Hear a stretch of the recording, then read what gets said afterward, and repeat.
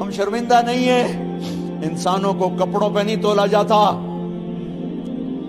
آج کا میرا دیس کا مالدار اتنا فقیر ہو گیا ہے, اتنا چھوٹا ہو گیا ہے کہ وہ اپنا تعارف کروانے کے لیے 50 لاکھ کی گھڑی لیتا ہے, 6 لاکھ کا جوتا لیتا ہے.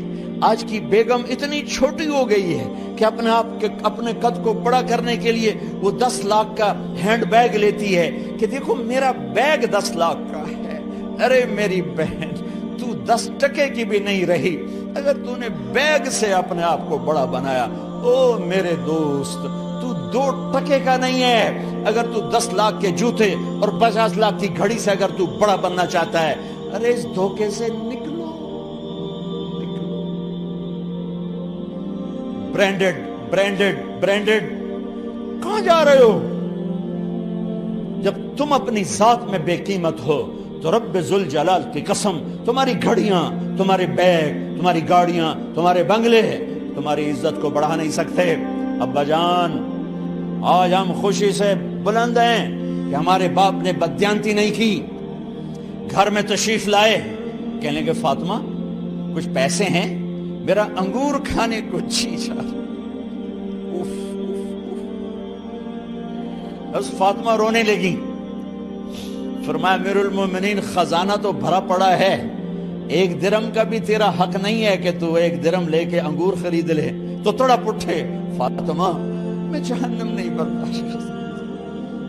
او میرے بھائیو, جو دن رات سود میں پھنس چکے ہو, جو دن رات جوے شراب میں پھنس چکے ہو, کیسے اللہ کے سامنے سرخرو ہو کر کھڑے ہو گئے؟ ایک رات گھر میں تشریف لائے, بچیاں بیٹیاں, منہ پہ ہاتھ, کپڑا رکھا, دوپٹہ رکھا منہ پہ, اور بات کریں. آپ نے پوچھا ارے کیا ہوا تمہیں, یہ منہ پہ کپڑا کیوں رکھتے ہو؟ تو خاموش ہو گئی, لیکن گھر کی خادمہ رو پڑی. کہا امیر المومنین آج آپ کی بیٹیوں نے کچا پیاز توڑ کے اس سے روٹی کھائی, سالن کھائی. اور میرے آج کا تاجر کہتا ہے جھوٹ نہ بولوں تو کاروبار کیسے.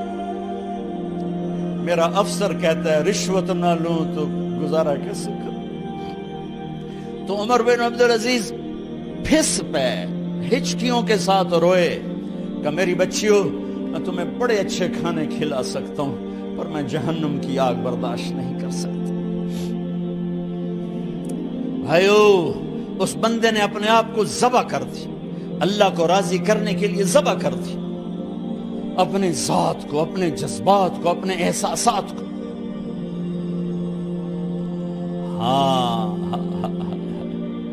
اب اللہ نے صلہ کیا دیا. جب انتقال ہونے لگا تو بلایا رجا کو, جو میں بات پہلے چھوڑ کے ادھر ان کی تھوڑی سیرت بتائی کہ رجا اب میں مرنے لگا ہوں. عبد الملک کالا ہو گیا تھا, ولید کالا ہو گیا تھا, سلیمان کالا ہو گیا تھا. یہ کیوں کالے ہوئے تھے؟ یہ بے نمازی نہیں تھے, بدکاری نہیں کرتے تھے, کسی کی طرف ان کی میلی آنکھ نہیں اٹھی کبھی. یہ ظالم تھے, ظالم, انسانوں کا خون پیا, مال میں خیانت کی. اس پر اللہ نے چہرے پھیر دیے. آج عمر بن عبدالعزیز جا رہا ہے, کہ دیکھو میں جا رہا ہوں, مجھے دیکھو میرے ساتھ کیا ہوتا ہے. ان کا انتقال ہوا, ان کی میت قبر کے کنارے رکھی گئی اور اب نیچے اتارنا ہے. سلیمان کی میت کو اتارنے لگے تو ہلنے لگا اور عذاب قبر پہلے شروع ہو گیا. عمر کی میت کو جب قبر کے قریب کیا گیا, ایسے ہوا کا جھونکا آیا, ایک پرچہ ایسے لہراتا ہوا یوں آیا, یوں آیا, یوں آیا اور عمر کے سینے پر گر گیا. لوگ اکٹھے ہو گئے, پرچے کو کھول کے دیکھا گیا تو اس پہ لکھا تھا بسم اللہ الرحمن الرحیم براءۃ من اللہ لعمر بن عبد العزیز من النار. یہ پروانہ ہے اللہ کی طرف سے اس کے بندے عمر کے لیے کہ اسے جہنم سے نجات کی خوشخبری سنا دی جائے.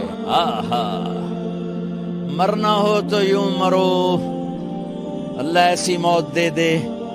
کہتے ہیں پھر میں نے ان کو قبر میں اتارا. جب قبر میں اتارا تو کیا دیکھا؟ میں نے کفن کی گرہ کھولی تو چہرہ قبلے کی طرف، اور یوں لگا جیسے 14ویں رات کا چاند قبر میں اتر آیا ہو. اور آخری بات کرتا ہوں، میرے بھائیوں بہنوں، اپنے اللہ سے صلح کر